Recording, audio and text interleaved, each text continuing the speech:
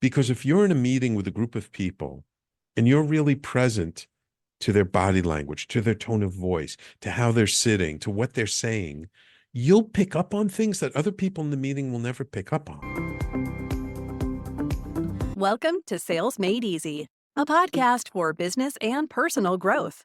Join Harry Spate as he hosts sales experts and business owners who share their journeys of personal growth and business success. Now, here's your host, Harry. Sam Liebowitz, the executive producer of Talk Radio NYC, is joining me today on the Sales Made Easy podcast. Sam, welcome to the program. What's the good word? Harry, thank you so much for having me on your show. I truly appreciate it. As a fellow show host, I understand, the delicacy with which we bring people and expose them to our audience. So I'm very honored that you agreed to have me on your show. Yes. Well, sending me massive checks like you did is one of the reasons I said yes. But you haven't deposited them yet, have you? Right. I have not. I like the numbers are so big. I'm framing them for now. Okay. But yeah, so let's talk a little bit about what it is you do with Talk Radio NYC. Now that I see this so clearly in the background, how do you serve people with that, Sam? So Talk Radio NYC is an internet radio station. So most people these days know what a podcast is, and they're familiar with podcasting and podcast networks. But an internet radio station is a little bit different because what we do is we stream our shows out live first. And so there's that live component. We stream the audio, we stream the video, and the video gets simulcast to all the major social platforms, YouTube and Facebook and Twitter and LinkedIn and Twitch. And then we record it while it's live, and then the recording gets put out afterwards as the podcast. And the reason why I'm really big on this live component is because even though your live listenership is going to be the smallest percentage of your overall listenership, they are the most loyal, the most dedicated, and the most evangelistic of your following out of anyone. Like, I know when I do my own show each week on Thursdays, like, I have a handful of loyal listeners. They show up each and every week. They're putting comments into the live stream, asking questions, and that creates a lot of engagement. And then when other people hear that and they hear me shouting them out, then that encourages them to try and join live if they can. So this whole world of sort of live streaming, there's a lot to be said for it that I think a lot of people who just think of a regular podcast don't realize they're missing out on. Yeah, I certainly am learning what I'm missing out on based on what you just said. I didn't really think about taking this show live until recently. I'm a little apprehensive about it, but before we get into that, my own insecurities in life, what is the benefit of someone that you've experienced with where you say getting your voice out, getting your brand out, or whatever it is, what should small business owners and entrepreneurs and creatives be doing, or why should they be doing this, do you think? So I like to say I work with knowledgepreneurs. So these are people who make a living off of what's between their ears, their knowledge. But the benefit of doing an online show, I mean, I have several hosts who've been extremely successful with their shows in very different ways. And that's one of the beautiful things about doing this kind of a way of getting your voice out there is you can use a show in so many different ways. Now, first of all and foremost, you can use it as a way to connect to your tribe and your audience on a regular basis without having to sell them anything. Let's face it, we're all so tired of being sold to all the time, right? I mean, yes, we love to buy, we hate to be sold to, but how do you stay top of mind? There's so much noise, people are so busy. The best way to stay top of mind is putting out valuable information that people actually enjoy listening to, hearing, and applying. So that's number one. Number two, it's an excellent way to build business alliances and contacts with your potential referral sources. Like, I have one gentleman who does a show specifically for small and mid-sized businesses, and who he brings on are either potential clients or potential referral partners where maybe it's a little hard to get in their schedule. Maybe they're busy, but if you say, hey, why don't you come on my show and talk about what you do? Most people will say, hey, yeah, that's a pretty good idea. I'm willing to do that. And so then you get them on your show, you talk, you prep them a little bit, you talk to them for a half hour, an hour, however long your show is, and they get to know you and you get to know them, so that then when you follow up afterwards, you can decide, like, this is a really good guy. They work with my target market. Let me now try and see to create a referral relationship with them and reach out to them. And now, because you've just kind of given them something for free by having them come on your show and talk about what they do, expose themselves to your audience, they're much more likely to say, yeah, you know what? Yeah, let's meet. Let's talk about that. It's basically you're offering something that you may or may not ever ask anything for in return, and people feel that and they appreciate it. So then when you go in and you're like, hey, I really like what you do, let's have a conversation about how we work together, they're much more open to it. They're much more willing to listen to you, and they'll be much more open to the ideas you have. So that's another way. And there are a million more ways in which you can use a show to really save time, save money, become known as a thought leader. There are just so many things. It's more about how creative can you be with your show. Yeah, I mean, there's so much really good in what you just described. One of the challenges that people have is that they have this knowledge and they want to talk about so much. There's a lot of different things that they've learned in their life. And I was just talking to someone recently who said, I'm not even sure what my show would be about. I want to do it, but I like to talk about wellness and doing good things for yourself. And of course, I've got information I've learned over the years about, sales or leadership or whatever it is. And I'm really passionate about this. And it's like, why can't you just create a show around those things? It's not like you're talking about those things and then you say, let's talk about science fiction. I think there is, right, where you've seen some of these podcasts that are, will explore movies or will crime stories or rock bands history. But if you can kind of, I don't know, group your interest, your topics together, Right. I feel like Jerry Seinfeld. Is that a show? Is that a show? Well, the way I coach people actually is to create themes. Like, normally I say create like a monthly or a quarterly theme where you're going to explore topics that are sort of relevant. And if you can tie it to the calendar, that's great. Like, normally end of year, you're doing a theme around end of year review, planning for next year, the beginning of the year, starting fresh, starting new. February with Valentine's Day is usually the relationship month. And relationships isn't anything. So it doesn't matter what you're talking about. You can talk about relationships. So there are a lot of different ways in which you can touch upon a wide variety of topics. The question is, what's your core?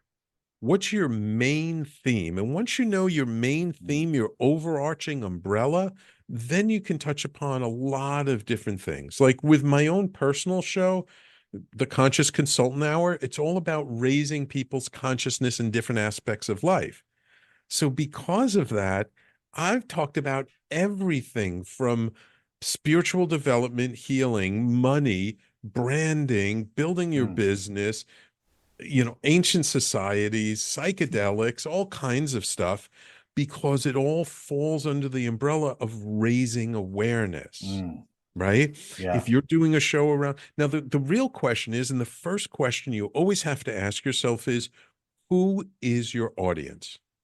And it's not who is your audience today, it's who do you want your audience to be? Yeah. Who are you targeting? And then the key is what you're talking about and what you're potentially interviewing someone about, is it relevant to your audience? If it's not relevant to your audience, don't go there. But if it is relevant to your audience, you can go there. Absolutely. But the key is always, I use the acronym WAIT. Why am I talking? because I've listened to too many podcasts where it's a couple of co-hosts who are friends and they're blah blah blah blah about all this personal stuff that nobody in the world except for their close friends cares about. And it's just a waste of time. And I just stopped listening. You know, I heard them called blabbercasts. You don't want to do a blabbercast. You always want to keep in mind, who is your audience? What do they want? What do they need? And how are you giving it to them in a way that helps them to truly connect to you and your unique way of seeing the world? Oh my goodness. Where were you when I started podcasting, Sam? How I've been come here over what 13 years. I don't know when you started your show, but I've been here over 13 years. you've been doing it longer than since I started, that's for sure. So helpful.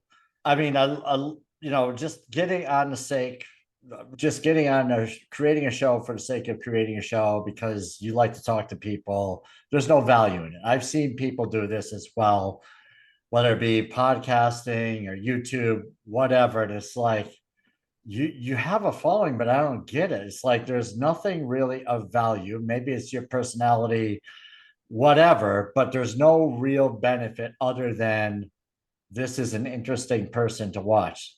I mean, that may work, but that's not necessarily great for your business, in my opinion. But who am I to judge? I mean, we all get free airtime basically through podcasting. So it can be that, but I think, what you described here is, really what's at your core. How can you provide value for people? What is it that they need? And if you start answering their questions that pertain to them, then your audience is now not only liking you, but they're getting benefits. So I think there's a twofold or And more. I'll give you a quick example of that. So one of the people who worked with me, his name was Tony. He came to me, he was a nonprofit consultant. And so he was looking, I mean, of course, he wanted to do it to build up his thought leadership, but primarily he wanted to do a show to serve small and mid-sized nonprofits because he saw, being a consultant, that the large nonprofits had the budgets to hire all the consultants and people, but the small and mid-sized nonprofits didn't have access to all that information. So he did his show specifically to give them access to that information that the large nonprofits had. And what happened is, over time, he became known himself as a thought leader in the nonprofit space. He got mentioned several times in nonprofit industry blogs as a thought leader. And they said, oh, yeah, and if you like the other people on our list, they've all been guests on his show. And he eventually became the #1 nonprofit podcast. And he had more than double the number of subscribers, the #2 nonprofit podcast. Wow. So, I mean, because he was very specific in every show he did, he always kept in mind, is this relevant to my audience? Now, again, he did that for nonprofits. You could do that in any industry. You could do it for health and wellness, for business, for society, for technology, for anything, for sales. As long as you're clear of like, who is who is your avatar? Who is your real key person who you just want to serve? You just want to give of yourself. And when you do that and you do it authentically and you do it mindfully, your reputation will get out there and you'll become known as a thought leader in your industry. Great stuff. How did you get started with all of this, Sam?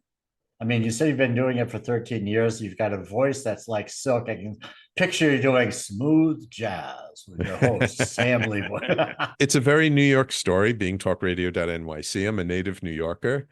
I met a guy at a party. I was at a friend's house over 13 years ago in this Chelsea neighborhood, and a mutual friend of ours brings this guy to the party and says, Sam, you got to talk to my friend. I'm like, oh, okay. Like, so what do you ask someone? That's the intro. So what do you ask someone you don't know anything about? So what do you do? Right. He says, oh, I'm an acupuncturist. I'm like, oh, that's kind of cool. I know a bunch of different healers, but not too many acupuncturists. But in his next breath, he was like, but I've decided to become a Buddhist monk and I'm selling off all my worldly possessions. I'm like, whoa, that's a little different. I'm like, well, did you sell your business yet? He goes, no, not yet, but I'm talking to some people. I'm like, well, I network a lot. I know a lot of people. Maybe I can help you sell your business. He's like, oh, that would be really good karma for you, helping someone to go in the monkhood. And so we're talking a little bit more. And he says, oh, yeah, and I started this internet radio station last year. I'm like, wait a minute. this sounds a little familiar. Acupuncturist, radio station. I'm like, what's your name again? And he says, Giorgio Rapetti. And I'm like, I know who you are because my friend Larry does a radio show on your network and he's told me about you, but he's never put the two of us together. All There right. he is standing in front of me in living color. So a week later, we have this meeting and I'm like, okay, if I'm going to help you sell your business, I need to know the good, the bad, the ugly. And by the end of this 2.5 hour long meeting, and of course, the acupuncture side, I mean, it was interesting, but not really because I'm not an acupuncturist. The radio station side, I have a background in technology and a background in public speaking. So that I was really curious about. So I kind of jokingly said to him, well, if I can't help you sell your business, I'll buy it myself. It's like getting two businesses for the price of one. And we both kind of laughed at it. But then I went home that night and talked to my wife about it. And she's like, yeah, let's just buy it ourselves. I'm like, oh, okay. Yeah, let's do that. That's what we did. And then that's how I got into it. So this is something totally not planned, not really in my background. I have no broadcasting background, but it's become a true passion of mine. I love what I do. I learn something new every week. And it's just, to me, a big lesson in learning to say yes to the opportunities that life puts in front of you. Oh Because my sometimes these goodness. opportunities show up and we don't take advantage of them. You're like, Yeah. oh, I don't know anything about that. This is something different. And it's like, no, if it's being brought to you, it's being brought to you for a reason. I mean, yes, we have to use discernment, but sometimes just saying yes to what life brings us can be the most powerful thing of all. Oh, so good. I totally agree with that. It's funny. There are people that say things like you have to plan your life. I'm sure you've heard of this. And I've stumbled through my life and said yes to a lot of the right things, said yes probably too many times, made mistakes, but I look at it as you are sending out, or I'm sending out vibrations, I'm sending out energy. The universe knows what I want. I may not always know it. And yet, surprisingly, doors appear in front of me, and I open the door and stick my head in and say, yeah, I like this. Is that kind of how you approach it? Or I really laugh because the idea of creating a 5 year or 10 year plan, I'm like, especially today, I mean, more so today than ever before. It's like, I'm not even sure where things are going to be in the world a year or 6 months from now, let alone 5 years from now. And yeah, it's like I've had businesses in a lot of different industries, everything from aerospace to anime to real estate and things I got involved with I never would have imagined I thought of. And if you had asked me 20 years ago what I'd be doing today, I would have no clue that this is what I'd be doing. So I guess I like living a more organic life. And a friend of mine, I really like this. A friend of mine says we're actually a walking, breathing intention. And who we are and the energy we put out there brings to us what's in alignment with what and who we are more than any vision board, more than any goal setting, more than anything else. It's how are we showing up in life? And this is true even in sales. When you show up and you're showing up with the intention of really serving the people on the other side of the table from you, and not just about, oh, how much money can I make? Can I rack up this sale? But when you show up with that real intention of help, people feel it. Even if they don't realize it consciously, they feel it unconsciously, and you're going to do a lot better than somebody who's just all about the numbers, all about the numbers, all about the numbers. yeah, I'm thinking of what you just tied that into. I love the whole comment that you made about sending out the intention, and I completely agree with that. No, no, no. It's not sending out the intention. Okay. You are the All intention. right. Okay. Your So life clarify is that the for me. All intention. right. So that's, I probably need to read something on that, but help me out. Help me understand that I am the intention. So, most people think of making an intention of like, oh, I want to make, double the amount of sales this year. So Sure. Okay. like they Yeah. set that kind of Yep. conscious intention. But the thing is, if we're not in alignment, if we're not showing up every day with a certain energy, that intention is never going to manifest. Okay. If we show up with a certain intention, not not an intention, if we show up with a certain energy in our life, if we show up with a certain posture, a certain attitude, a certain confidence, a certain desire to help, that energy of how we're showing up on a daily basis will create opportunities and magic beyond anything we could imagine, which is why I like just saying yes to life, because life has a much better imagination for us than we do. And it will bring to us what is in alignment with the energy we're putting out there every day, right? We're the intention. How we live creates the unconscious intention, which is what brings us the things more than writing down anything on a piece of paper and trying to program our unconscious mind. It's not about programming our unconscious mind. It's about getting in touch with who and what we truly are deep inside and allowing that to come forward in an authentic manner and really being in service to what our gifts are. I remember someone once said, the purpose of life is to discover what our gifts are, and our life's mission is to give that away. Yeah, it's great. Profound. I'm thinking of Steve Chandler. Had to think. I was listening to him on a podcast. He's a great author, very successful coach, and he talked about. He said, "Look, if you want to be a musician, play the instrument. It's that simple." He says, "If you want to be a speaker, speak. Don't wait for it." Absolutely. And, right. So, all right, talk to me. Truly great musicians and the truly great speakers and the true people who are truly great, the music is inside of them and they can't help but allow it to come out.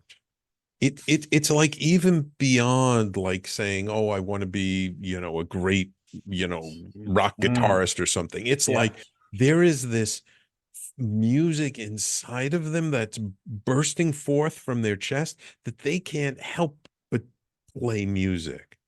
A speaker who is a great speaker is someone who just loves being on stage and touching people's lives so much that even if they weren't a speaker, they'd still be speaking to people in their daily life at the bowling league or wherever. Exactly. Yeah. It's something innate in us. Yeah. And then there's all right, so I love what you're saying.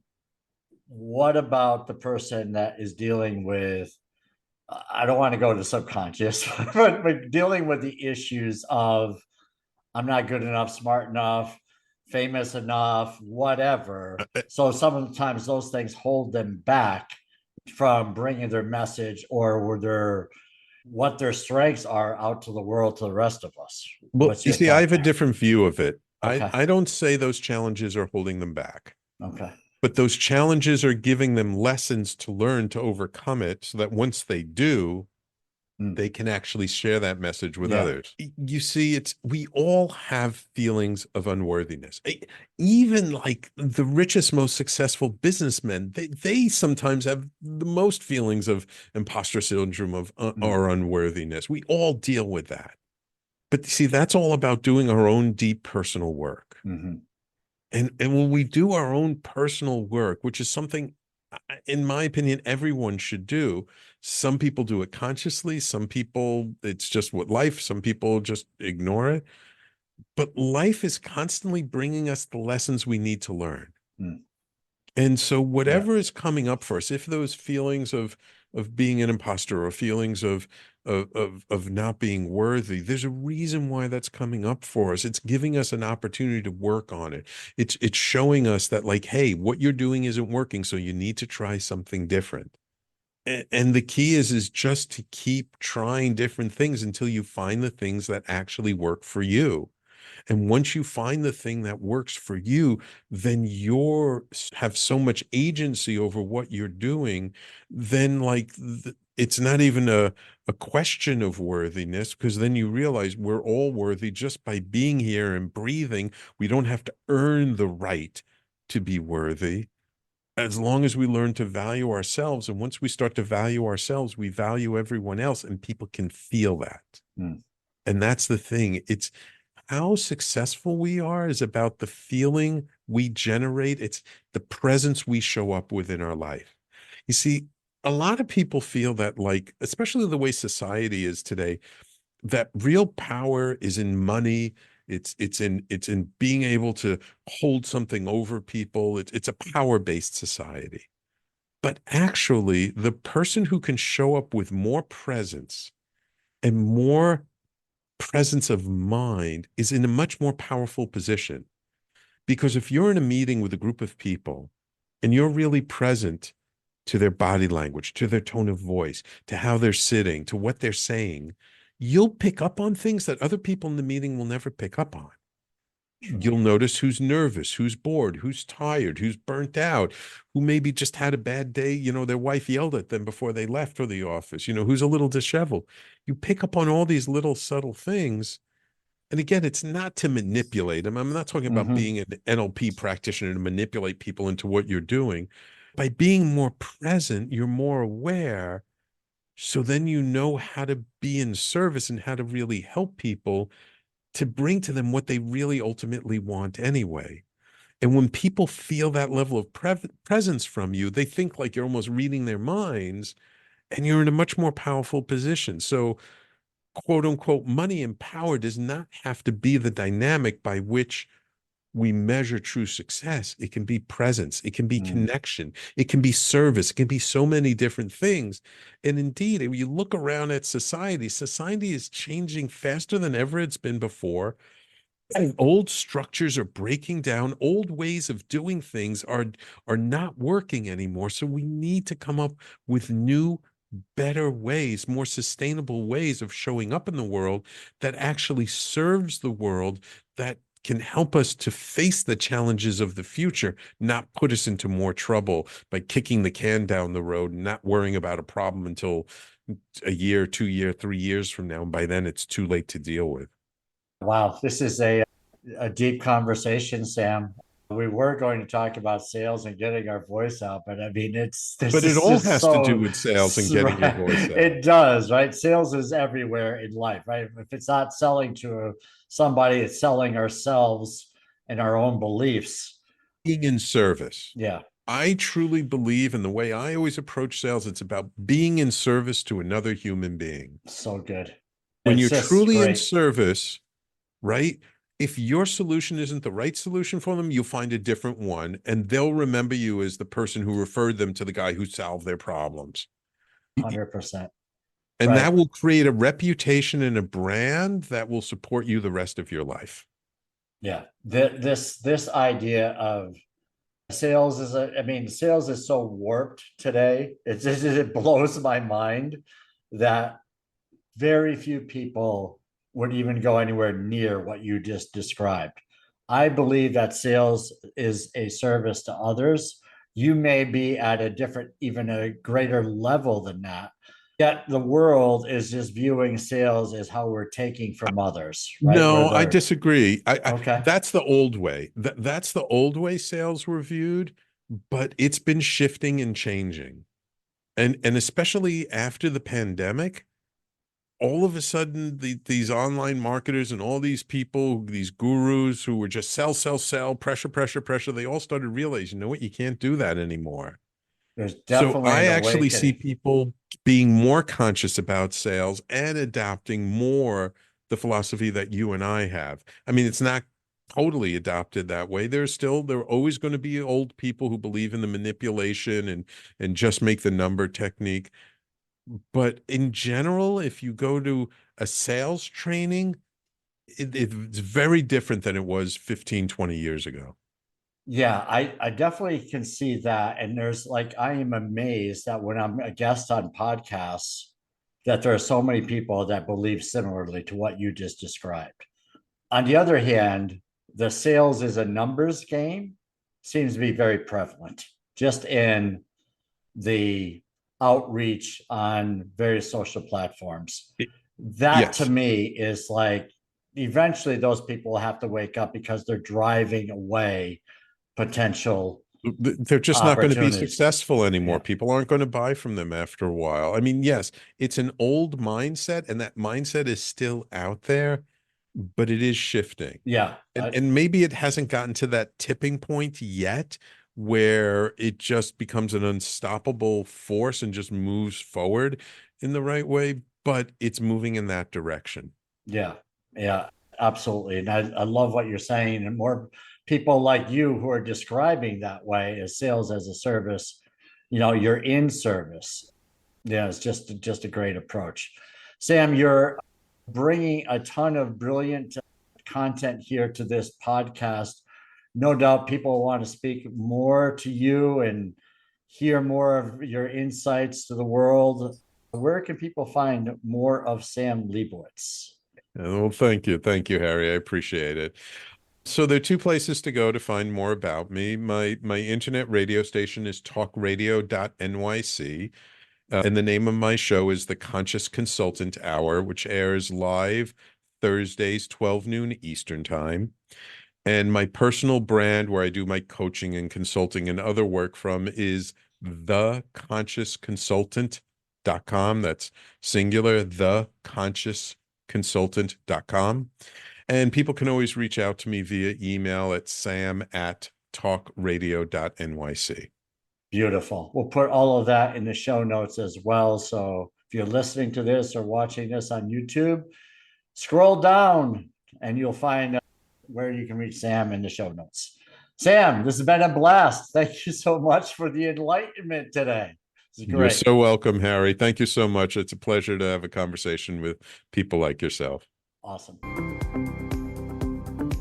Thank you for listening to Sales Made Easy. If you found value in our conversations, please subscribe and leave a review. Remember, success in sales is about serving your clients. Serve first, and the selling will follow.